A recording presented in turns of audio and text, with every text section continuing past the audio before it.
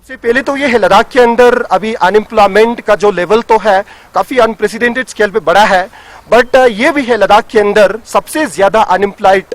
यहाँ पे लद्दाख में देखने को मिला, ये ग्रेजुएट अनएम्प्लॉयड हमें देखने को मिला है। जो आज तक जो यूटी लद्दाख के अंदर मैंने अभी बोला 2000 कुछ समथिंग पोस्ट पे एडवर्टीजमेंट हुआ है, उसमें से जो सिर्फ ज्यादातर 20% को जो बेनिफिट हो रहा था, क्योंकि जितने भी जो डिस्ट्रिक्ट कैडर दोनों डिस्ट्रिक्ट ने आज तक 900 प्लस का जो एडवर्टीजमेंट किया है, उसमें ज्यादातर जो प्लस 2 का है, मेट्रिकुलेशन का है, उसमें ग्रेजुएट वाले वहां पे फॉर्म भी नहीं भर सकता है। तो ऑलरेडी जो 80% जो एस्पिरेंट्स उसमें से निकल दिया है, तो ये बड़ा इनजस्टिस है ग्रेजुएट के एस्पिरेंट्स के साथ। साथ साथ में ये भी है जो उन्होंने एक सिलेबस के अंदर भी जो एक पैराडाइम शिफ्टिंग 360 डिग्री चेंजेस का उन्होंने एक ऐसा कुछ सिलेबस लाया है, तो उसमें ज्यादातर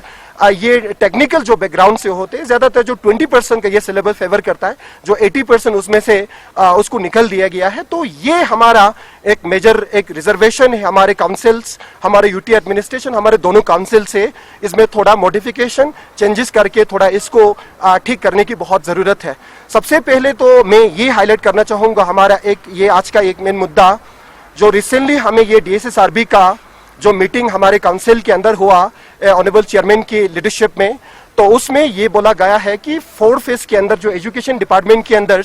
एक बड़ा पोस्ट निकलने जा रहा है, इसमें 150 या 200 प्लस कुछ का वैकेंसीज एजुकेशन डिपार्टमेंट में देखा गया है। बट उसमें ये हमें देखने को मिला कि उसमें जो टीचर बनने का लद्दाख के अंदर एलिजिबिलिटी क्राइटेरिया यूटी एडमिनिस्ट्रेशन ने रखा है,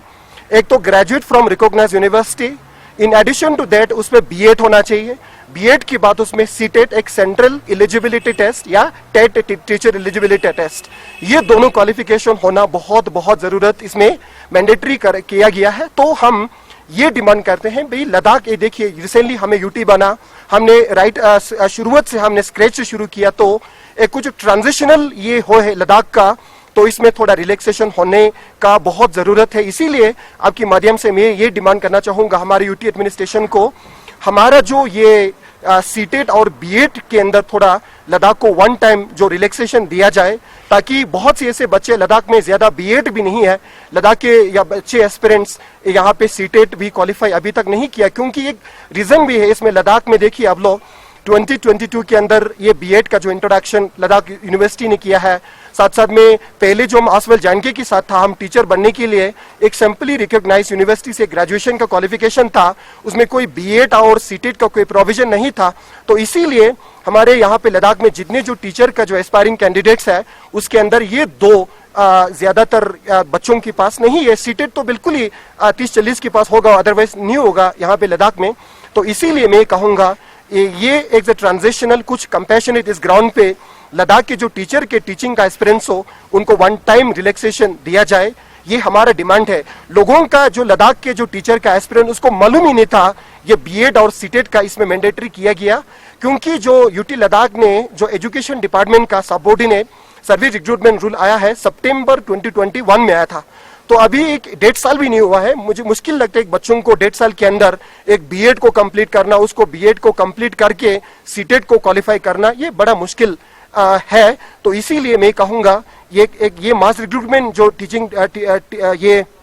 एजुकेशन डिपार्टमेंट के अंदर होने जा रहा है, तो उसमें एक वन टाइम रिलैक्सेशन ये B.Ed का और CTET का रिलैक्सेशन दिया जाए। मैं आपके माध्यम से मैं दोनों काउंसिल से, स्पेशली मैं ऑनरेबल लेफ्टिनेंट गवर्नर एडवाइजर, मैं सेक्रेटरी एजुकेशन को मैं आपके माध्यम से ये मैं निवेदन करना चाहूंगा कि प्लीज इसमें लद्दाख के जो स्टूडेंट को, जो एस्पायरिंग कैंडिडेट, उसको वन टाइम रिलैक्सेशन दिया जाए इस ग्राउंड पे जो मैंने अभी बोला।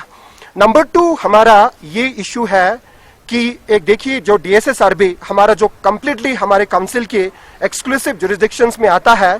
तो उन्होंने भी जो सिलेबस के अंदर एक 360 डिग्री उन्होंने चेंजेस लाया है। तो क्योंकि ये लाने से क्या होता है, हमारे बहुत से बच्चों के साथ काफी इनजस्टिस हुआ है। उसमें ज्यादातर ये सिलेबस जो टेक्निकल 20% ग्रेजुएट्स को ये फेवर करता है, स्पेशली जो टेक्निकल बैकग्राउंड से आते हैं, जो इंजीनियरिंग वगैरह इस बैकग्राउंड से, उनको बड़ा बेनिफिट होता है। मगर जो बच्चे ज्यादातर जो एस्पिरेंट्स, जो बच्चे पुअर जो बैकग्राउंड से थे, गांव के जो स्कूल्स में पढ़े हुए थे, उसमें साइंस का इंट्रोडक्शन भी रिसेंटली बहुत से गवर्नमेंट स्कूल हायर सेकेंडरी में रिसेंटली इंट्रोडक्शन किया था, उनके पास ऑप्शन ही नहीं था जो गाँव के स्कूल थे। तो उनको बड़ा इनजस्टिस हो रहा है इस जो सिलेबस के अंदर। तो इसीलिए मैं ये कहूंगा इस सिलेबस के अंदर एक माइनर मॉडिफिकेशंस लाने की बहुत बहुत ये जरूरत है। हमने पहले भी 3-4 बार काउंसिल को हमारे रिप्रेजेंटेशन दिया था, कंसर्न डिप्टी डायरेक्टर को भी, कंसर्न ईसी को भी लिखा भी, हमने बोला भी है, बट आज तक उन्होंने इस पे बिल्कुल ही कंसिडर नहीं किया है।